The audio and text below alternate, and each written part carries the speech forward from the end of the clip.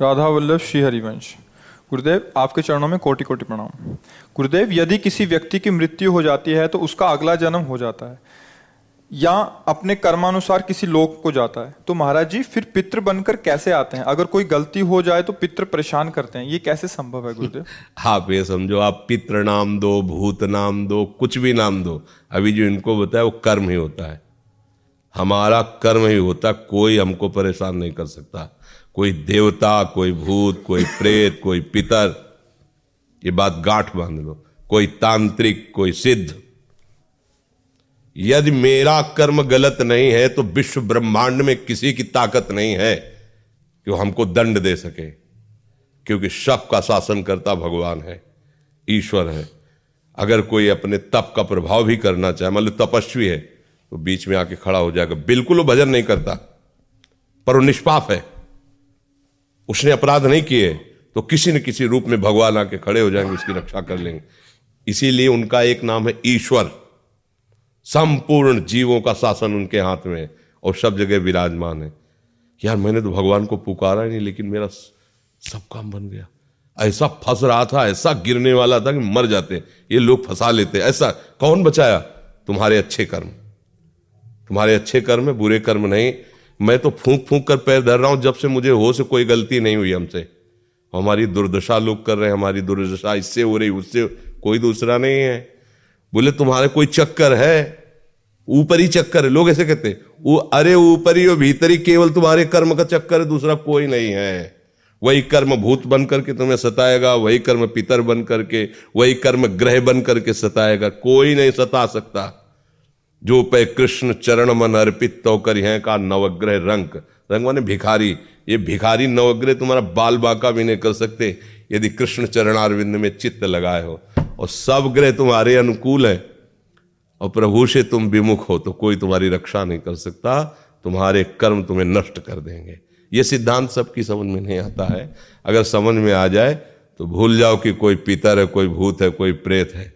वही है, वही, दूसरा कोई नहीं है।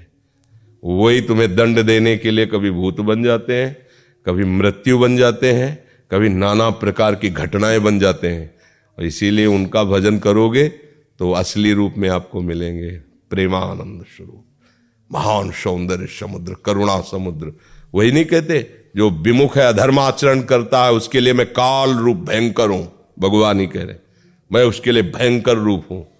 देखो, भगवान का ही एकमात्र स्वतंत्र साम्राज्य है। वही बनने वाले, वही बनाने वाले हैं।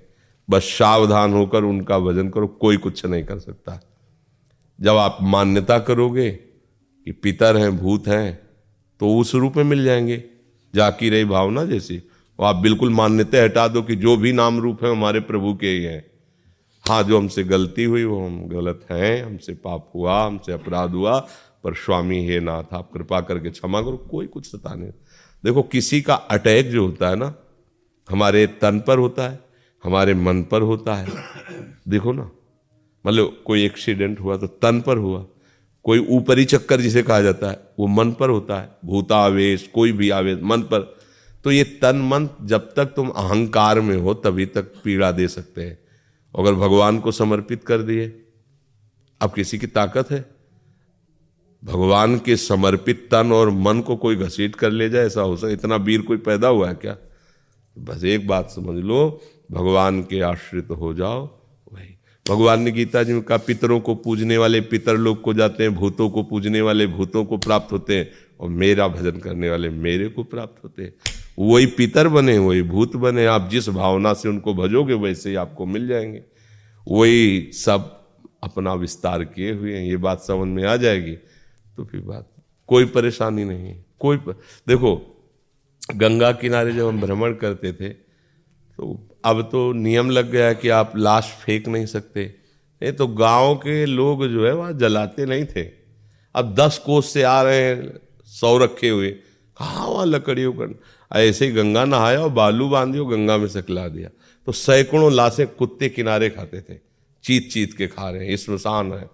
कहीं हमको आज तक कोई परेशानी नहीं है। अकेले भ्रमण करते रहे, रात दिन गंगा जी का ही किनारा सेवन। बड़े बड़े हमको बंदूकधारी मिले, बैच जो बदमाशों के होते हैं। बस बहुत बातचीत की उन्होंने, हाँ ठीक है जाओ। पहले तो एक बार तो ऐसे मिले कि लोग, कोहरा छाया हुआ था, ठंडी का समय एकदम, बुलाया 8-10 लोग लगभग ऐसे, और सब शराब पिए हुए, ऐसा लग रहा था उनकी चेष्टाओं से। कहाँ से हो, क्या हो, कैसे हो, यहाँ कैसे? तो उनका यही हमारा जीवन है, गंगा के किनारे ही, और भगवान देखने का जान दो, ये बाबा जी भजन करता है। बोले जाओ जाओ जाओ। सब में वही भगवान बैठा हुआ है। अगर मान लो प्रारब्ध होता पीटने का तो 10-5 लात जूता करते, फिर हटा देते।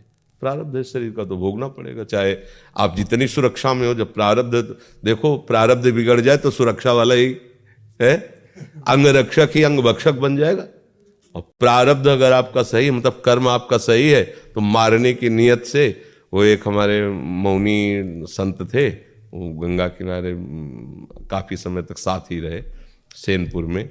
तो वो एक दिन घटना बता रहे थे कि हम किनारे किनारे भ्रमण कर रहे थे और वो मौन बोलते नहीं थे। तो बोले एक अन्य धर्मावलंबियों का नगर था, जो विरोधी हिंदू धर्म के हैं, उनके मतलब कई लोग लड़के ऐसे मनोरंजन कर रहे। उन्होंने देखा बाबा जी, और शाम का समय था, बोले चलो इसे मारा जाए। उनका मनोरंजन है, जब उनको पशु पक्षियों को काटने में कोई हिचक नहीं, तो बाबा जी काटने में क्या हो। तो बुलाया, और तो उन्होंने मन में सोच लिया कि अब हमारा हो सकता है आज अंतिम दिवस हो। बिल्कुल मौन शांत रहते, भगवान का एकदम तन्मयता पूर्वक ध्यान, हो सकता है ये लोग मार दें। संत सब बात में तैयार रहते हैं कि भगवान का पता नहीं क्या विधान है।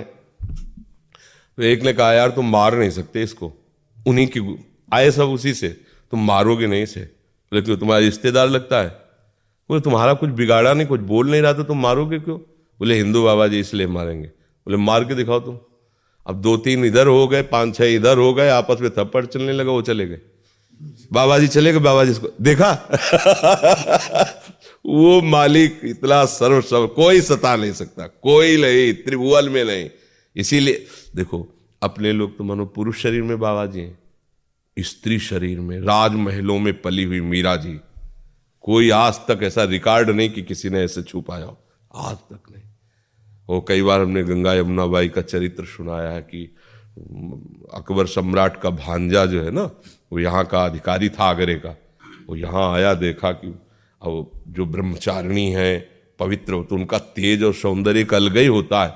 वो देखकर लुभायमान हो गया और कहा जितना भी भेंट चाहिए इसको दो। और हमारे मैल बोले भेंट वाली नहीं, ये तो प्रभु का भजन करने वाली भगवान की भक्ता है, ऐसा सोचिएगा भी नहीं।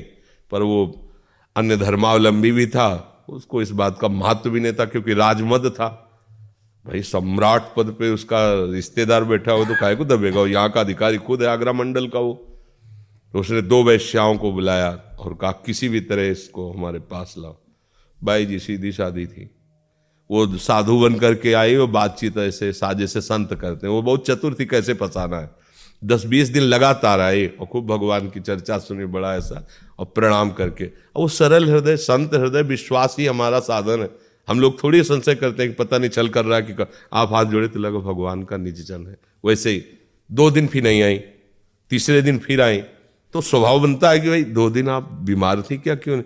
तो उनका हमारे यहाँ बहुत बड़े संत आए हैं, उनकी सेवा में हमारी तो इच्छा है आप भी दर्शन करें। तो उनका नहीं, हमारे तो वृंदावन में प्रभु के दर्शन, हमें बोले नहीं हमारी इच्छा है एक बार उन संत के तो उन्हें लगा कि चलो भाई संत दर्शन की कहे तो मथुरा कोई दूर थोड़ी है, चलो भाई कराती है, सखी है, रोज सत्संग में आती है हमसे।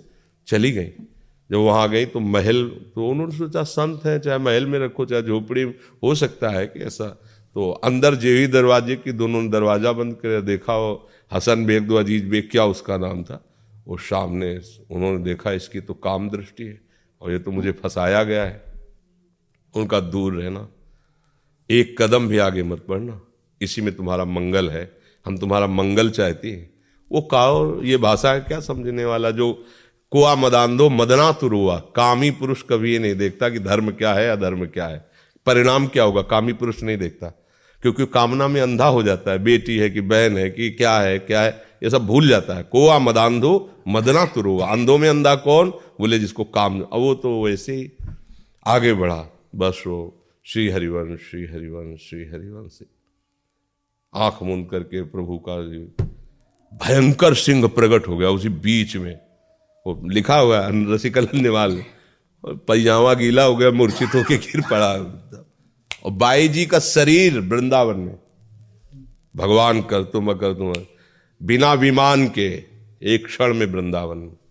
उन्होंने आंख खोल के देखा अपनी कुटिया में बैठी, तो उन्हें कोई आश्चर्य नहीं हुआ, क्योंकि सर्वाश्चर्य में भगवान है। अरे यहां से साड़ी नहीं खत्म हो पाई, 10,000 के हाथियों का बल रखने वाला मूर्छित होके गिर गया यहां से द्रौपदी जी के। भगवान वस्त्र ही बन के विराज, भगवान है। बाद में चरणों में गिरा के बड़े एक भरोसा बस। तो कोई फिर, और ऐसे तो कितना दुख है। आप देखो ना कि पूरा जीवन शांति, ये सब भूत ही तो लगे। और सबसे बड़े भूत ये पंचभूत, 5 भूत इनको नहीं कहते, ये पंचभूत है। यही हमें तो सब काम, कोई है मंत्र तंत्र इन पंचभूतों से हटा दे। देखो कितना हमें फंसा लिया पंचभूतों ने। ये 5 भूत है, ऐसा फंसा लिए कि बार बार जब से प्रभु से बिछुड़े इन्हीं भूतों के चक्कर में जन्म मरण हो रहा है हमारा। एक बार भगवान का आश्रय लेकर भजन करो, कोई तुम्हें। हरि स्मृति सर्व विपद विमोक्षणम, ये भगवान व्यास देव जी के वचन। हरि स्मरण समस्त विपत्ति, समस्त विपत्तियों से मुक्त करने